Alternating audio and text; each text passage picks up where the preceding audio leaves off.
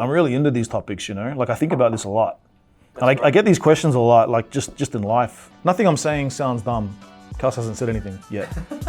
So.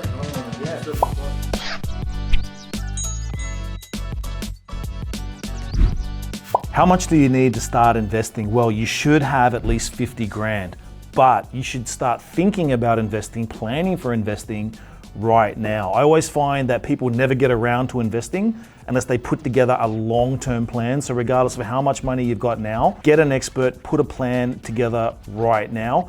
But to get into the market right now, about 50K should get you in. How to save money? Well, we know saving money will not get you financial freedom, but saving money will give you money, capital to be able to put into investments, leverage investments like residential real estate so that you can get freedom. The only way to do it is through leverage. So how to save money? Guys, I believe that saving money, actually it is a mindset thing. I know talking about mindset isn't very practical, but it does in fact all come down to mindset. Most of our money gets wasted because we're of a mindset that we need to spend money to impress someone, to have something, we deserve something, we need it for entertainment, and it's actually not true. As soon as you realize that you don't need all these things that you're buying, you may not even need all these holidays that you're doing, you may not need all of that, what you actually can do is find ways to have those experiences, have those feelings, have those connections without having to spend the money. That's the challenge. Find ways to live a really, really great life on not a lot of money. Put that money aside to invest so that your future will be a future of financial freedom.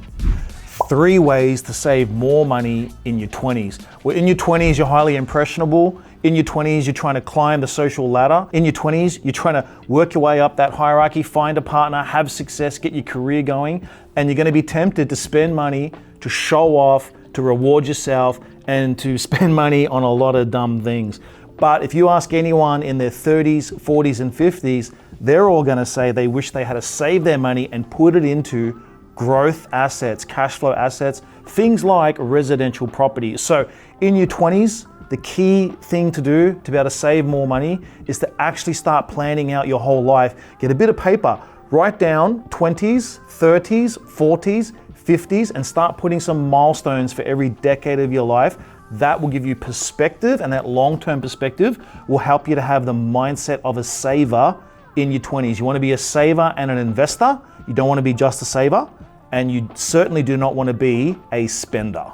Should you have a side hustle? The answer is yes and no. It's all about timing. Many people can achieve most of their dreams, most of their goals by doubling down in the employment that they're in right now. Your employer, your business needs to get so many things done. If you've got more skills and more capability, you can go to your employer, you can negotiate a better pay rise that when you look at it could be a lot more than your side hustle. You could go to your employer right now and negotiate 5, 10, 15, 20%. As I'm filming this, all of my staff are looking at me. Don't ask for a pay rise, guys. The issue or the problem with side hustles is diverted energy. So you got your social life, your health, your relationships, your hobbies, different things that you like to do.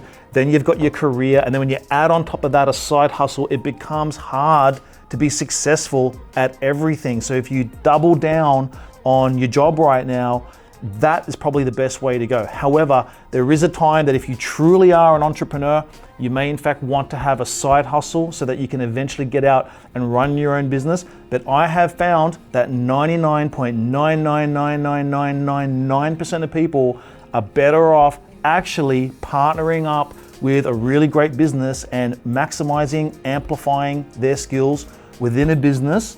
That's going to be the best way to have work-life balance, earn the income that you need, save money, invest that money, and achieve all your financial goals down that path. But if you're a true entrepreneur, you've got a true passion, absolutely make time and space for that side hustle. What's my favorite piece of tech? Favorite piece of tech? Well, I've got to say right now, guys, it's Google Sheets. Now, that's not a lot of technology, but the fact of the matter is this: every problem that you have in life can be solved in a Google Sheet. I'll give you one example. You want to run your own budget to save more money. you can actually solve that by putting all the information into a Google Sheet. You got a family holiday, you can actually solve that and collate all the information into a Google Sheet. I love Google Sheets. My whole life is in Google Sheets. And what's great about it is you can share those sheets with family members, workmates, different people, so you can collaborate on different projects. So my absolute number one favorite bit of tech right now is Google Sheets. Hardest part of being a business owner. For me, it's actually about the people that you might be working with. And as a business owner, you got a lot of heart, but you got to make some really hard decisions. Just recently, I actually had to let a really incredible person go. A person who's a great person, has a great family, a really great spiritual person, very caring, very lovely guy. And we had to let him go because he wasn't up to the standards of the role. That was a hard decision. How I like to frame it is, if someone's not going to be successful in this role, it's going to save them a lot more time and develop their career a lot more. If we can actually let them go, trust the universe, they're going to find something else. They're going to find their path. We've got to trust that. And so I think that letting people go, it's never an easy thing to do. So I have to say, as a business owner, this is one of the toughest things, is making those tough calls, those tough decisions about the people that you work with. How to work with family. Okay. Yeah. Don't do it. There are pros and cons with working with your family. I think the pros are the trust. You know that they're committed. You know that on the journey of learning, of going through the hard times and the tough times, they're going to be there. And putting your time and energy into their growth, well, they're always going to be there with you on the journey, potentially, most of the time. The cons are going to be, well, where do you draw the line? So, you may have these difficult work issues at work, and then it's Sunday, and it's time for family time, it's time for fun.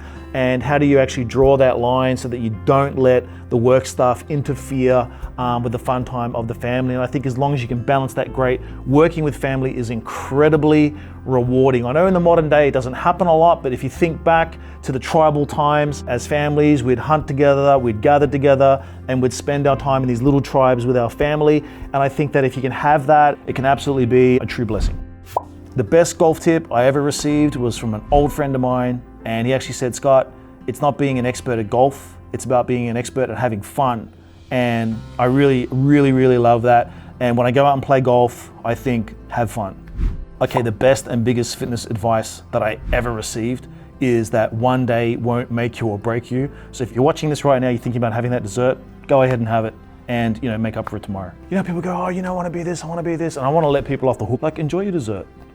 Don't be so hardcore. Don't think you have to squat 200 kilos. Don't think you have to run every day. The reason that you train so hard is so that you can do those little indulgences here and there guilt-free. Like, that's literally the entire point. Well, I even want to say, what's the point of training so hard? Like, why are you training so hard? Yeah. Are you a professional athlete? It's like, why do you need to train that hard? Why are you doing this to yourself? Like, enjoy your training. Go and enjoy your training. Have fun enjoying your training. Do you have to be so hardcore about it? Yeah, you can be, but you don't have to be. Do this one thing every day and write down what you're grateful for, or say what you're grateful for. I think if you can start the day being grateful, it's a great way to absolutely start the day. Something that I'm grateful for today is just the beautiful weather that's there today, and I'll try and get 6 or 7 holes of golf in this afternoon. If you enjoyed this content, if it helped you in any way, please like the video and also subscribe to my channel. You're going to see a ton of new content hitting the channel over the next few weeks, and I promise you it's going to be content that will change your life and help you on your investment and wealth creation journey.